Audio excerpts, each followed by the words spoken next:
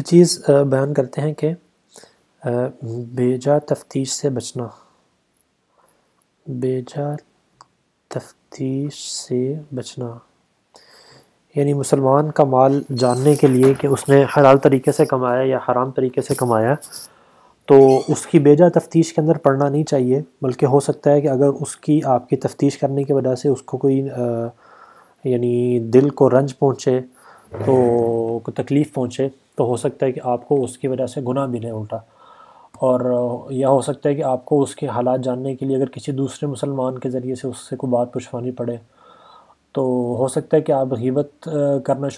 غیبت آپ کو کرنی پڑے اس کے لیے، یا اس کے لیے آپ کو تہمت لگانی پڑ جائے، تو یہ تمام چیزیں جو ہیں یہ حرام چیزیں ہیں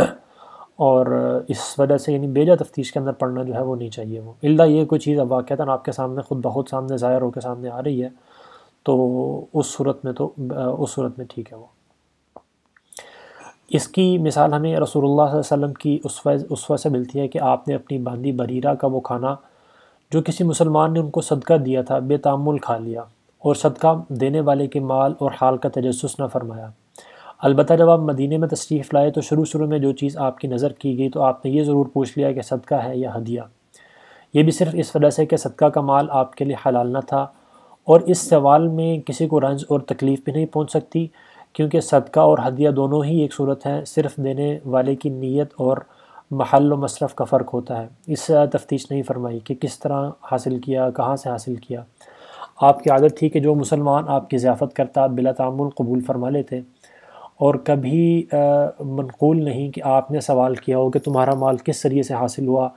البتہ شاذ و نادر کسی غالب شبہ کے موقع پر تحقیق فرما لی، یعنی جو ہم نے پیچھے پڑھا کہ اگر کسی جگہ پہ آپ کو غالب شبہ ہے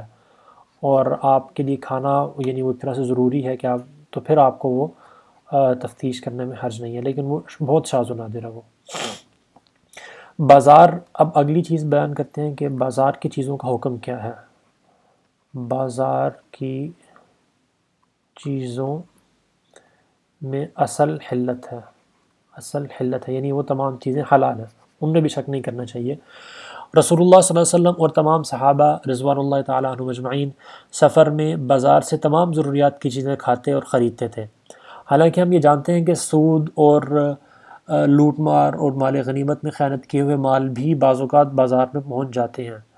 لیکن ان توہمات کی طرف کبھی توجہ نہیں فرمائی، بلکہ غالب اور کثرت کی بنا پر بازار میں فروخت ہونے والے سارے مال کو تفتیش و تحقیق کے بغیر حلال سمجھا۔